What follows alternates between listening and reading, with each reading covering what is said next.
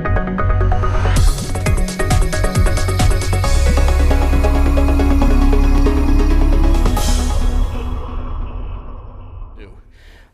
name is Jay Clark, and I work at the Center for Urban and Regional Affairs at the University of Minnesota. And before that, I was the director of the Jordan Area Community Council in North Minneapolis. I think that community engagement should be part of the name of CURA, because I think it describes so much of what they do. CURA's job is to connect university resources with community assets. And part of that, of CURA's work, is to facilitate community-based research. And what that means is research that the people at the university aren't necessarily coming up with. It's people out in the communities where they're saying, here's research that we need done in order for us to be able to work together to improve the neighborhood.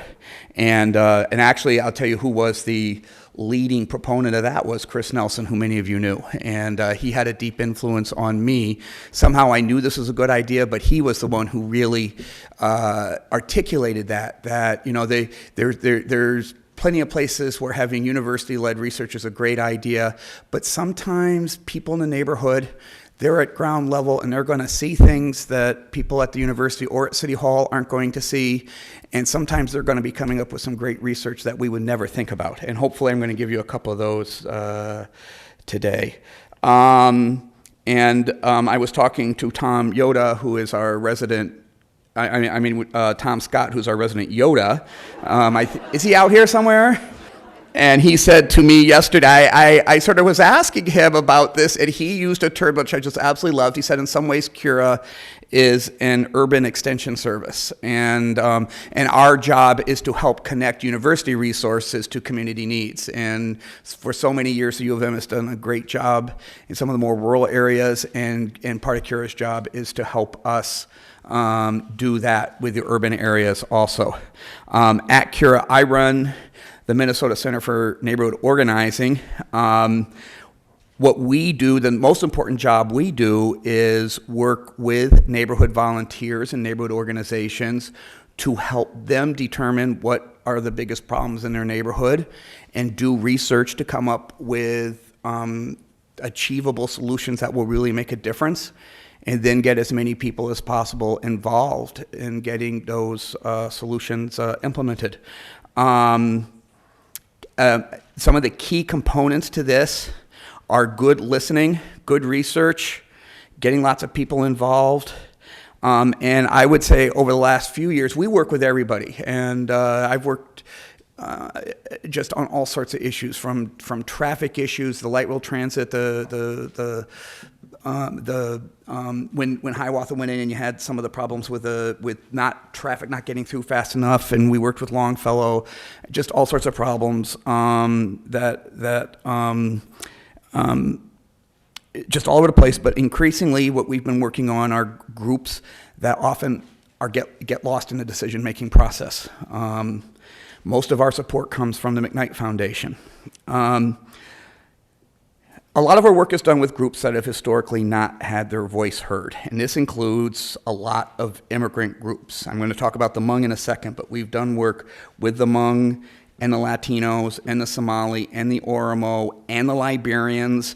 We're even working with the Kurds. I found out like a year ago, which you probably didn't even know, there is actually a significant Kurdish population in the Fargo-Moorhead area. They gave me a call. They said, we want your help. And I said, I didn't know you existed. And we're working with them. And it looks like we're about to start working with the Nepalese, which I bet you didn't know we had many Nepalese either. And I just found that out.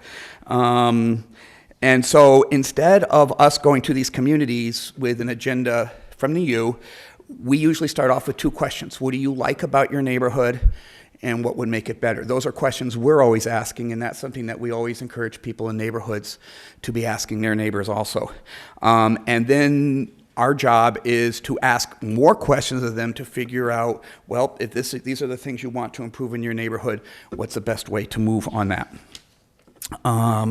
So we work to have neighborhoods identify top problems, research solutions, cut them down to an achievable size so you're not just complaining, but that you're really getting something done. And by the way, for those people who work in both city and county government, I have found that when neighborhood groups can show that they've got the people actively involved in the problems, and they come forth with a solution that really works and not just complaining. I have found most of the time people, both in the county and civil level, are people that you can do business with. And that's something I always encourage neighborhoods to do. And then find ways to involve the whole community in getting solutions implemented. Okay. So I'm going to give you a couple of examples of the Hmong Thai community in North Minneapolis. We listen to the community and help them research, and you're going to hear about this. In 2004 and 2005, the last major Hmong refugee camp closed in Thailand. It was called Wat Tam Krabak. Some of you may remember this, that there was one final sort of tumultuous wave that came over. About 15,000 Hmong came over. About 5,000 of those ended up in Minnesota, and about 1,000 of those ended up in North Minneapolis. And they were still coming. It took them about 18 months, and there were still a few dribbling in after that. Well, in March of 2005, and this is how it happened. Sometimes I was drinking water. I was at a drinking fountain, and these two kids walked up, and they said hi, and I think they were practicing their English. And I turn and I say hi to them, and I asked them, what school do you go to? And they said Jordan Park. And I had worked in that neighborhood, and I was very interested that. And I didn't know really very much about the Hmong Thai at all. I knew about and I didn't even know at first that these were from that refugee camp. And I asked, well, how do you like your school?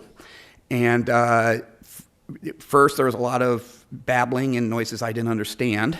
And finally, I got out, we don't. And after some more struggles and some pantomiming, and finally, I found somebody who could speak both Hmong and English, I heard that they were getting hit. They were getting hit at the school and on the playground and on the buses and at the bus stop. And so in the next week, I went out to one of the Hmong social service agencies that I knew people at, and they had about 30 of these Hmong Thai kids. I found out eventually they were all at the same school, and we sat, and about four translators, and I sat down, and all these students had a lot of the same stories. And I think a lot of this happened because they were small and they were different, and they had trouble explaining to the teachers and the principals what was going on. And this was towards the end of the school year. I wanted very badly to try to get a meeting together of their parents. I think their parents didn't know either. And I'm going to tell you, I feel terrible. We didn't get it off. I tried hard to move, and we just ran out of time. But I was concerned that we might have more problems in the fall there, or we might have other problems. And I wanted very badly to be able to listen to what was going on. And to state the obvious, I don't speak Hmong, and these kids had all been here less than 6 months, so their English was limited. If we were going to make this work, it was going to really be a test. One thing I knew about these kids is that they loved soccer. I picked that up like instantaneously. I realized that if we did like a monthly Hmong meeting to learn how to do community engagement and be civic, progressive people and learn how to be wonderful Americans, the total amount of people who would be showing up for those meetings would be 0, and I'd be left with a lot of cookies to eat.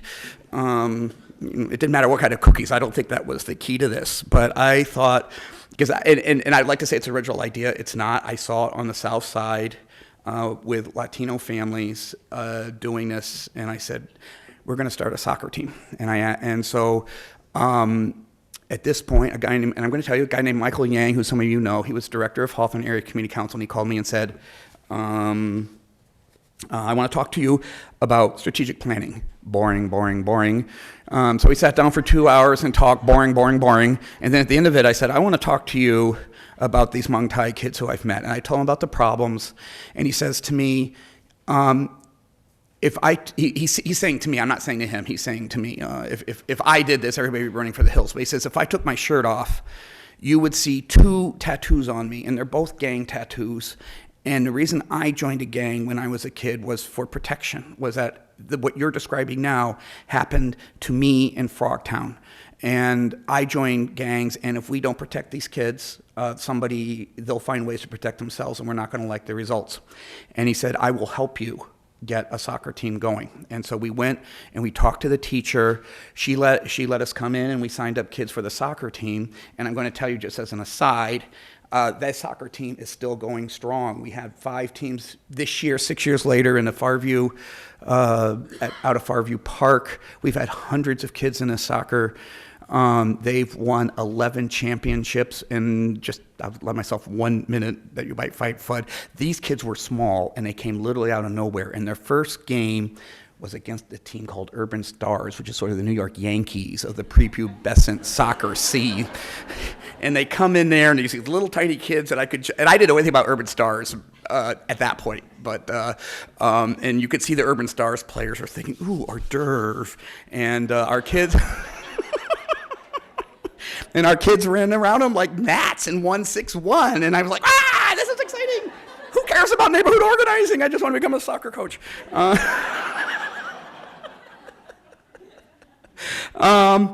It got tougher later in the season. We had to play Urban Stars again, and this time there was none of this arrogant, we're going to clean your clock. They came in for business. We beat them again. So we had fun with that. But that was how we listened, and it wasn't so much I was running up and down the fields with a notepad, taking notes as they were trying to play. But we had a chance to talk with them, particularly going to and from the practices, and the English was limited, but I found among Americans who could translate and stuff like that. So that's how we were able to listen to them. And I'll tell you, it did 3 things for us real quick. The soccer team did 3 things for us. 1, it allowed us to hear the problems. 2, it gave us a chance to connect with the parents, because the parents kept seeing us week after week. If we just went up and said, please come to this meeting, it wouldn't work. But if they had actually seen us, when we said it was time for a meeting, they would do it. And 3, the soccer team itself was a great vehicle, and we did some big meetings. You're going to see on those boards there, we actually held the kids from the soccer games and just brought them right into meetings with our council members and our mayor, and that really worked. So real quick, since I have spent too much time talking, an issue that came up, we were driving these kids home. I saw a house. There were 20 to 30 kids, about 16 to 22. It was pretty clear they were not Hmong, and this building I knew was all Hmong Thai. And I said, and after about the 3rd or 4th time of seeing this, I said, what's going on? And they said, they've taken over the building. And first we tried calling 911. That didn't work. I was trying to practice. It didn't work. I finally said, do you want to meet a Hmong police officer? They said yes. We tried repeatedly to meet with a Hmong police officer. Never got one. I turned to the soccer players and I said, do you think we need a Hmong speaking police officer in North Minneapolis? And they said yes. And I'm going to just give a quick rundown. So they mounted a campaign. It took 3 years, but we won it. And we had hundreds of these Hmong, particularly the new arrival Hmong Thai, who were involved with this. We had major meetings with the mayor, major meetings with the council members. We had a huge postcard campaign where they collected 1,000 postcards out of the schools and then dropped them in the mayor's lap. And one of the things that they did was they had smaller meetings with these council members to tell them their experiences as new refugees, and particularly the difficulties in talking with English-speaking police officers. So here was a situation, not the government giving information to the people in the community, but the community was giving important information to people in the government. I think we have 1 or 2 government elected officials who could tell you that is true. And it took a 3-year campaign, but we got it, and we just got and we just had a meeting with Mayor Ryback a month ago, and a whole bunch of soccer players. You can see them there, and they got it. Okay. And then the second issue that we worked on real quick was a bunch of these kids, and there's twists and turns, and I just don't have enough time to go through everything. A bunch of them ended up going to Hopkins. The family said they wanted their kids to learn English as fast as possible.